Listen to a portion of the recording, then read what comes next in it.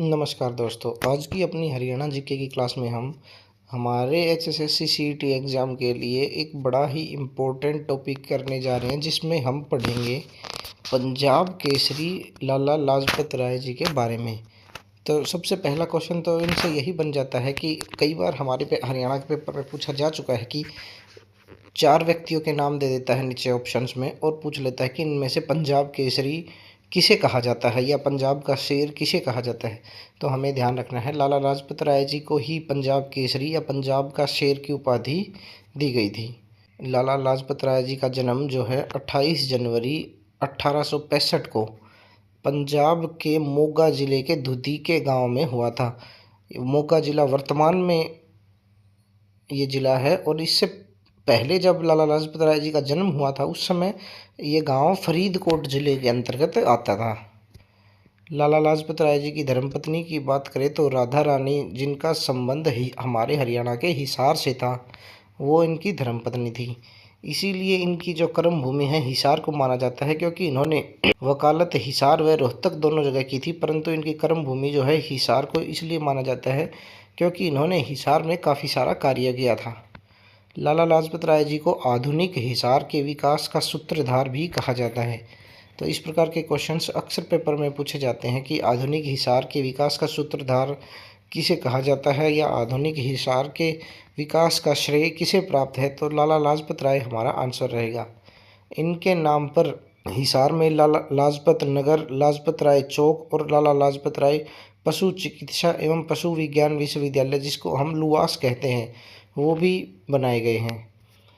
लाला जी ने 1889 में हिसार नगर पालिका के प्रथम सचिव इनको बनाया गया था, जबकि हिसार नगर पालिका का गठन तो 1867 में हुआ था, परंतु इनको जो प्रथम सचिव है नगर पालिका का 1889 में लाला लाजपत राय जी को बनाया गया था।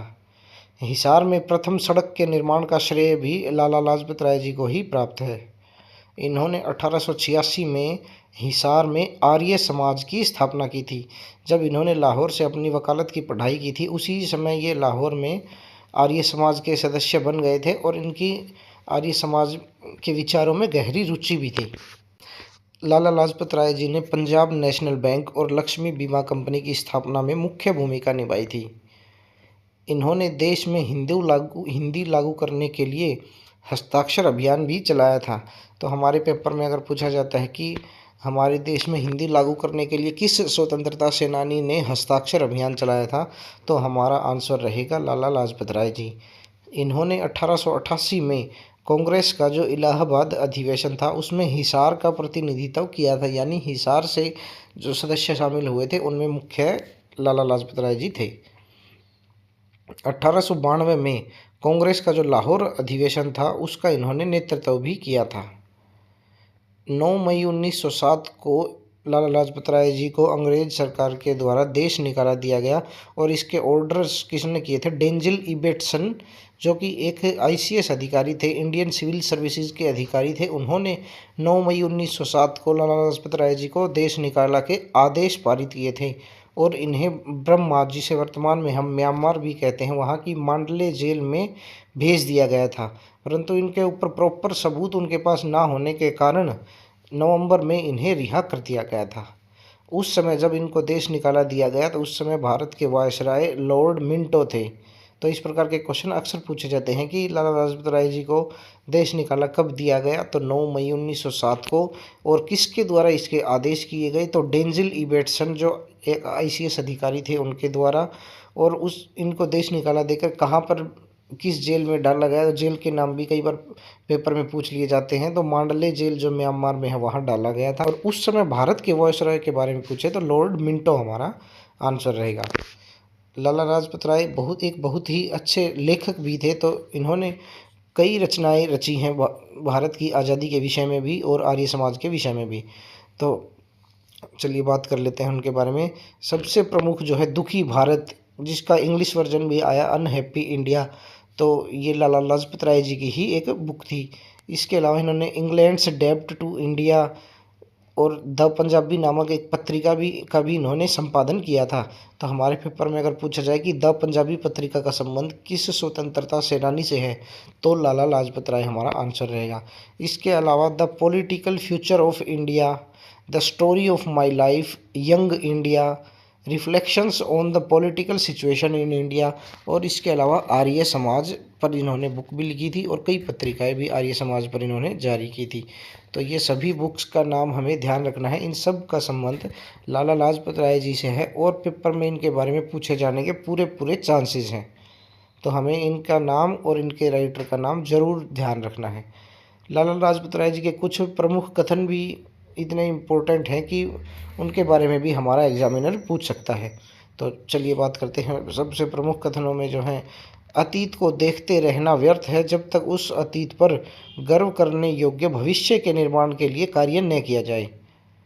इसके अलावा दूसरा कथन जैसे, नेता वह है जिसका नेतृत्व प्रभावशाली हो, जो अपने अनुयायियों से सदैव आगे रहता हो, जो साहसी हो और निर्भीक हो। इसके अलावा पूरी निष्ठा और ईमानदारी से शांतिपूर्ण साधनों से उद्देश्य पूरा करने के प्रयास को ही अहिंसा कहते हैं। पराजय और असफलता कभी कभी विजय की ओर जरूरी कदम होते हैं।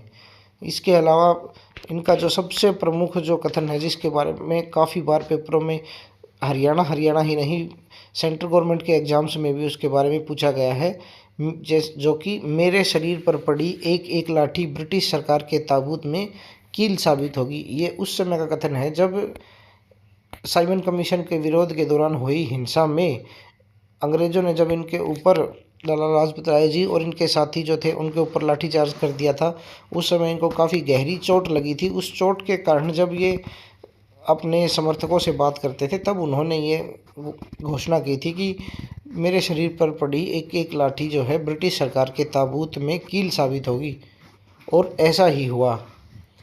लाला लाजपत राय जी की मृत्यु की बात करें तो 17 नवंबर 1928 को साइमन कमीशन के विरोध के दौरान जो हिंसा हुई थी, उसमें चोट लगने के कारण लाला लाजपत राय जी की मृत्यु हुई थी। इनके पिता की बात करें तो मुंशी राधाकृष्ण जी, जो कि उर्दू एवं फारसी शिक्षक थे। माता का नाम गुलाब देवी अग्रवाल। इनकी जो शिक्षा थी, प्रारंभिक शिक्षा तो इन्होंने रेवाड़ी से की थी। तो हमें ध्यान रखना है कि लाला लाजपत राय जी की प्रारंभिक शिक्षा रेवाड़ी से हुई थी, क्योंकि इनकी जो कर्म भूमि है हिसार क्षेत्र को माना जाता है। इन्हें पंजाब केसरी की उपाधि प्राप्त है, परंतु जो रेवाड़ी साइड का इनके बारे में कभी क्वेश्चंस में कभी कोई जिक्र हुआ नहीं है। अगर प्रारंभिक शिक्षा के बारे में पूछा जाए तो रेवाड़ी हमारा आंसर रहेगा, और हमें ध्यान रखना है क्योंकि हिसार भी ऑप्शंस में हमें ज़रूर ही मिलेगा कंफ्यूज करने के लिए। एलएलबी की बात करें तो इन्होंने वकालत की पढ़ाई लाला लाजपत राय जी ने लाहौर से की थी। ये लाहौर में आर्य समाज के सदस्य बने थे तथा आर्य गजट जो पत्रिका थी उसके संस्थापक संपादक भी लाला लाजपत राय जी बने थे। अक्टूबर 1917 में इन्होंने न्यूयॉर्क में Indian home rule league of America की स्थापना की थी।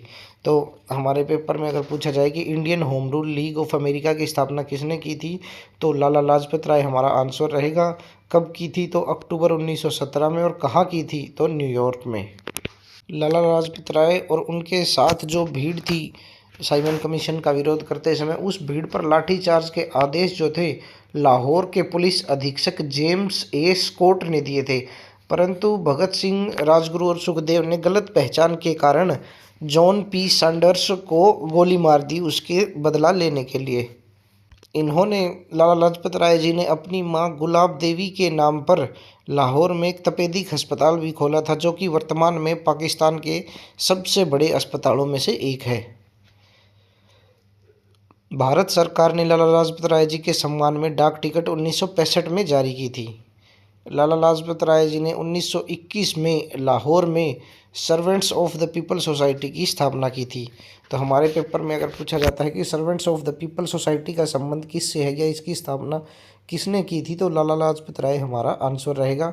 कहाँ पर की थी, तो लाहौर में इसकी स्थापना की थी। और टाइम की पूछी जाए तो 1921 में इसकी स्थापना की गई थी, जबकि आज़ादी के बाद इसका जो मुख्यालय है वो लाहौर से नई दिल्ली में स्थानांतरित कर दिया गया और वर्तमान में लाजपत भवन नई दिल्ली में ही इसका मुख्यालय स्थित है, servants of the people society का। तो ये हमने लाला लाजपत राय से संबंधित जो भी डिटेल्स हमारे पेपर के लिए इम्पोर्टेंट थी उनके बारे में बात की। आपको अगर इनके अलावा कोई भी डिटेल किसी और सोर्स में ऐसी दिखाई दे लाला लाजपत राय जी के बारे में जो हमारे पेपर के लिए इम्पोर्टेंट हो, तो उसको भी इन नोट्स में ऐड कीजिए और इनको अपने हाथ से लिखकर 2 से 3 बार इनको पढ़ के और फिर जब पेपर के पास आप इनका रिवीजन करके एग्ज़ाम में बैठेंगे तो आपको अपनी तैयारी में काफ़ी फ़र्क दिखाई देगा और काफ़ी अच्छा आप स्कोर करेंगे। तो धन्यवाद दोस्तों, पढ़ते रहिए और अपने HSSC CET एग्ज़ाम की तैयारी इसी प्रकार मन लगाकर करते रहिए। धन्यवाद।